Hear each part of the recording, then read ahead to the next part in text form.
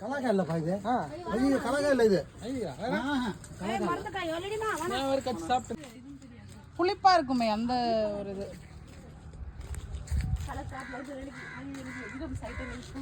கேட்காதீங்க தெரியாது. Star fruit பழமா இல்லை, இல்லை பழமா இருக்கா இல்லை காயா இருக்கு.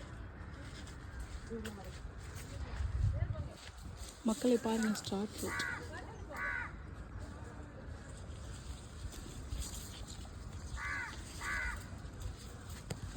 இதெல்லாம் ஸ்டார் ஃப்ரூட்.